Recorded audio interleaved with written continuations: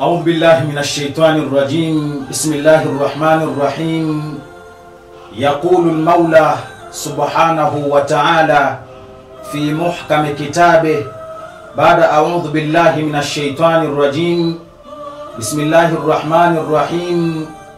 وقل اعملوا فسيرى الله عملكم ورسوله والمؤمنون. Mwenyezi Mungu Subhanahu wa Ta'ala anamwambia bwana mtume na kumwamrisha, waambie waja wangu wafanye kazi. Hakika ya hiyo kazi Mwenyezi Mungu ataiona na bwana mtume ataiona, bali vile vile na waumini wataiona. Kwa hivyo watukufu wa Islam, tumepata amri kutoka kwa Allah Subhanahu wa Ta'ala kupitia mtume wake ya kwamba tufanye kazi. Wakuli'mal, waambie wafanya kazi, waambie wafanye kazi. Lakini hizi kazi Mwenyezi Mungu ataziona tunazofanya, na bwana mtume ataziona, na waumini vile vile wataziona. Kwa hivyo ukifanya kazi kwa mapungufu, ukifanya kazi kwa nukusan, ukao ukitambua Mwenyezi Mungu anakuona. Ukifanya kazi kwa uwizi, Mwenyezi Mungu anakuona. Ukifanya kazi kwa ghish, Mwenyezi Mungu anakuona, na bwana mtume anakuona, na waumini vile vile wanakuona. Kwa hivyo swala zito hapa ambalo tumefunzwa na tumeambiwa Waislamu tufanye kazi. Waislamu tusibweteke misikitini na matasbihi, unamsabihi Mwenyezi Mungu alafu haujui chakula utakipata wapi, haujui ni jinsi gani utailisha familia yako. La, Uislamu unatutaka tufanye kazi.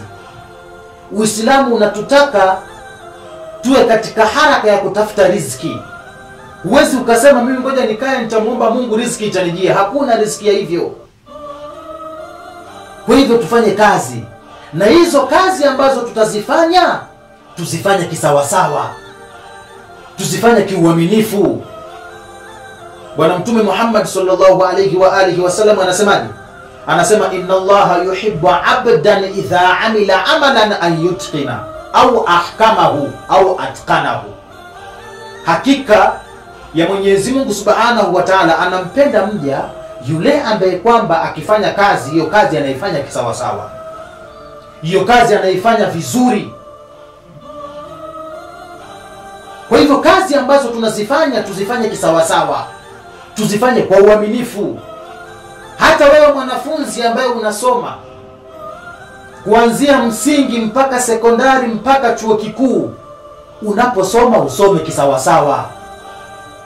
Alafu tujifunze kitu, watukufu wa Islam, katika kazi zetu tunazozifanya na katika masomo yetu tunayoyasoma. Ukitambua sehemu yoyote utakapofika kwenye masomo yako, kwanza shukuru Mwenyezi Mungu Subhanahu wa Ta'ala.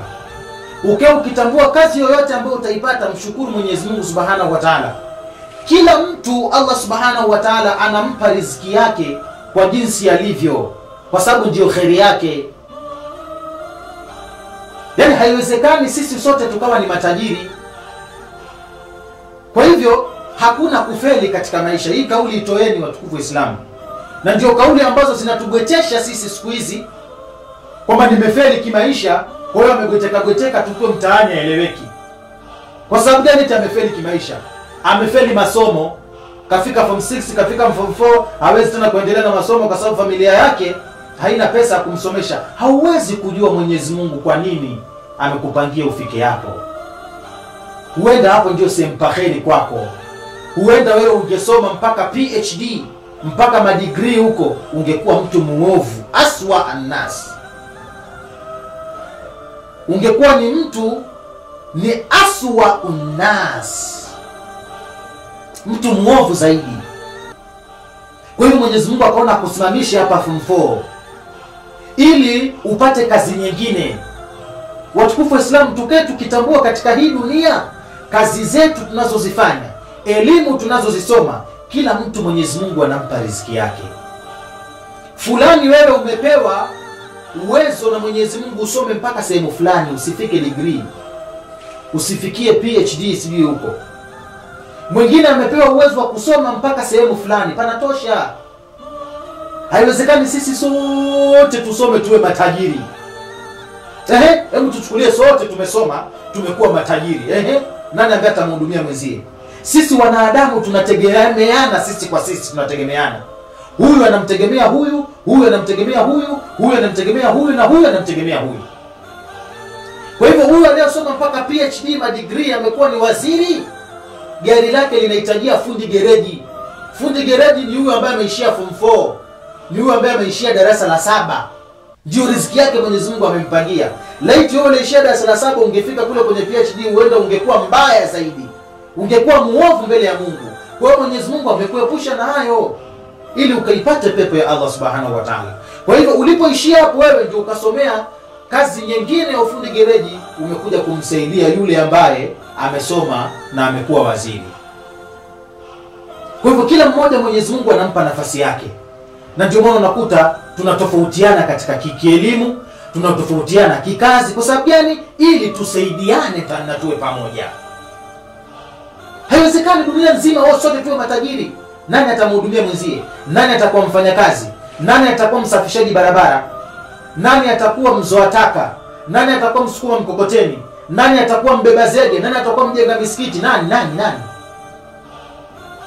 Kwa hivyo kila mmoja anafika sehemu ili Mwenyezi Mungu amweke sehemu yake aje kumsaidia mwenzie.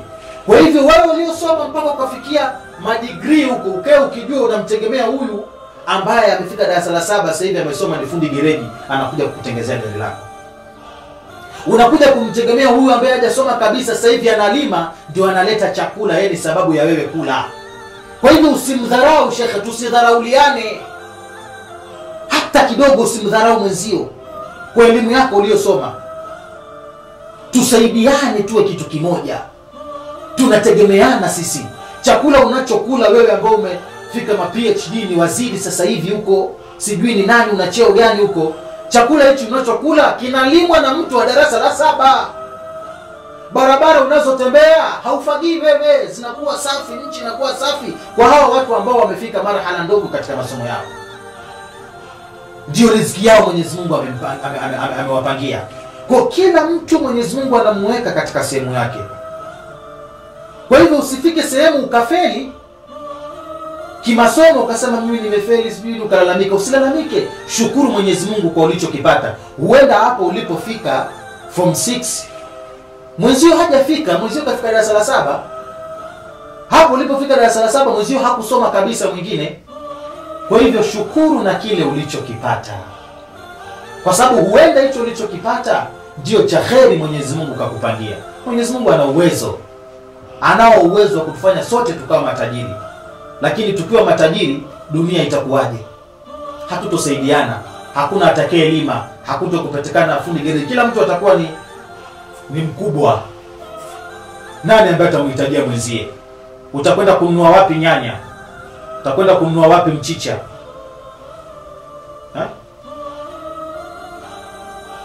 Kwa hivyo Mwenyezi Mungu kuna falsafa kubwa na hikma kubwa za kumweka kila mtu sehemu yake. Kwa sababu gani? Ili tupate kusaidiana, ili tupate kutegemeana. Lakini kitu kikubwa Uislamu unatuambia tufanye kazi, na kazi tunazozifanya tuzifanye vizuri, ili Mwenyezi Mungu atuweke kila mmoja sehemu yake ambayo amempangia. Walhamdulillahi rabbil alamin.